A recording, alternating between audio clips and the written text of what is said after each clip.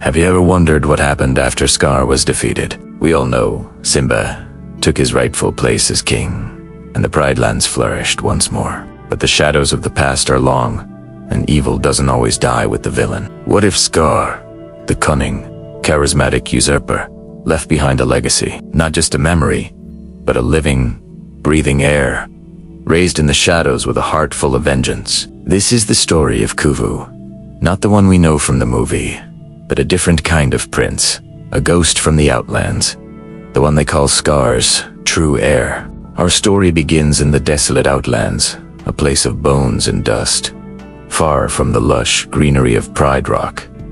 Here, a lioness named Zero, Scar's most loyal follower, harbored a burning hatred for Simba.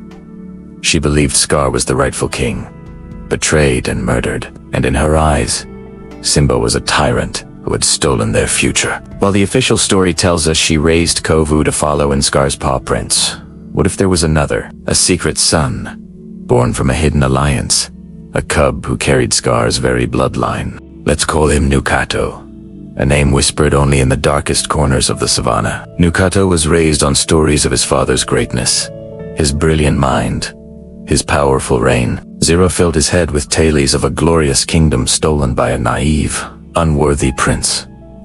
Every day, Nukato trained. He learned to hunt, not just for food, but for sport. He learned to fight with a ferocity that even Scar lacked. His claws were sharpened on the bones of fallen prey, his roar echoing the bitter winds of the Outlands. He wasn't just being trained to be a king.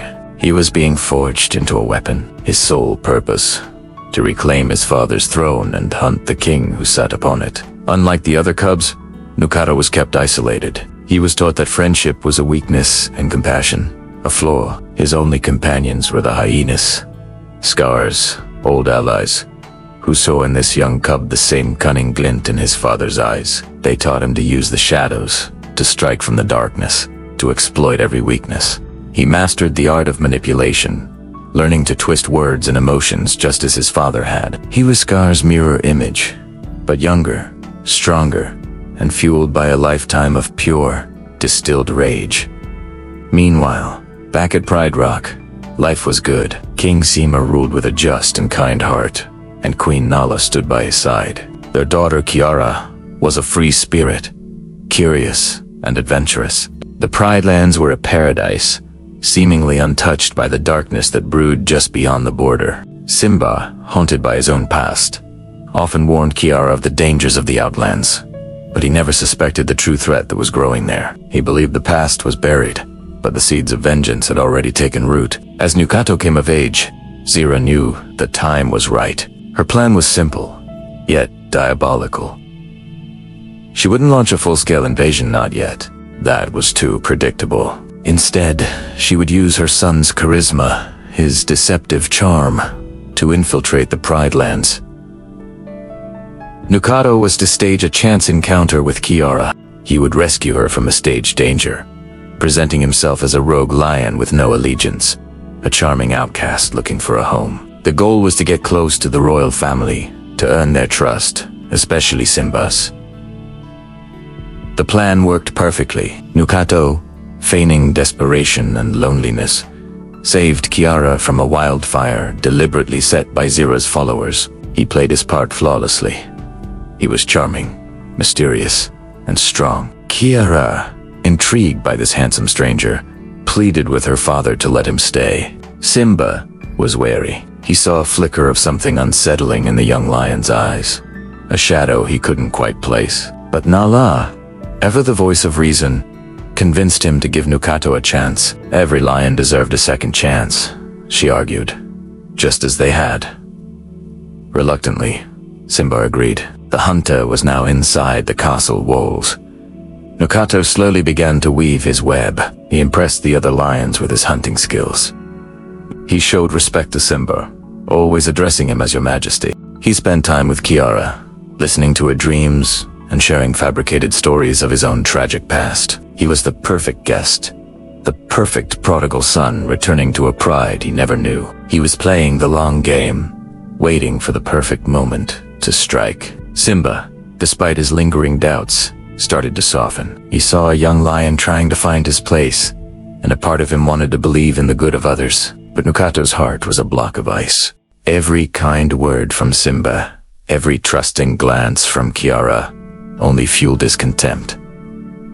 He saw them as weak, naive fools. At night, he would sneak to the edge of the Pride Lands to meet with Zira, reporting his progress. He learned the Pride's routines, their patrols, their strengths, and most importantly, their weaknesses. Simba's greatest weakness, Nukato discovered, was his love for his daughter, and that is where he would strike the first blow. The plan was to isolate Simba.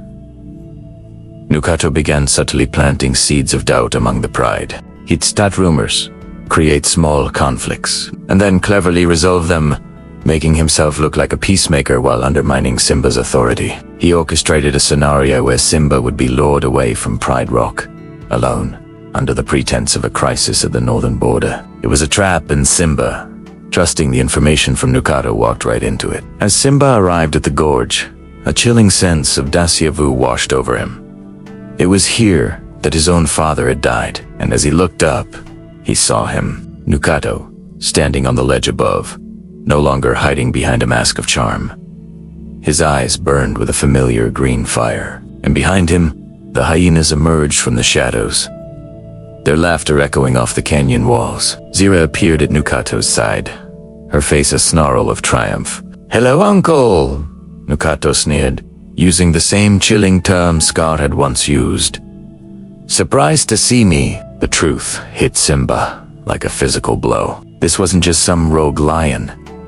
This was Scar's son. The ghost of his past had returned to hunt him. The battle that followed was brutal. Simba, though a powerful and experienced fighter, was outnumbered and caught by surprise. He fought with the fury of a cornered king, but Nukato was relentless, his every move a testament to his vicious training. Just as it seemed Simba was about to be overwhelmed, a roar split the air. It was Kiara. She had grown suspicious of Nukato's behavior and had followed her father. With her were Nala and the rest of the lionesses. The tables had turned. A massive battle erupted in the gorge. Pridelander against Outlander. A war for the soul of the kingdom. Kiara, no longer just a princess, fought bravely beside her father, her courage inspiring the Pride. In the chaos, Simba and Nukato faced off one last time. It was a clash of two legacies. Simba, fighting for love and peace. Nukato, fighting for power and revenge. But as they fought, something unexpected happened. Nukato saw the love between Simba and Kiara, the loyalty of the Pride. The very things he had been taught were weaknesses. For the first time, a crack appeared in his icy heart. He saw not a tyrant, but a father protecting his family.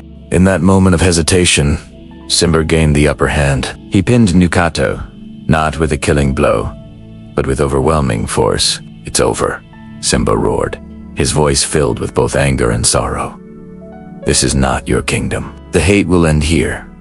Zira, seeing her son defeated, lunged at Simba in a final, desperate act of madness. But Nukato, in a move that surprised everyone, threw himself in front of Simba, taking the brunt of his own mother's attack.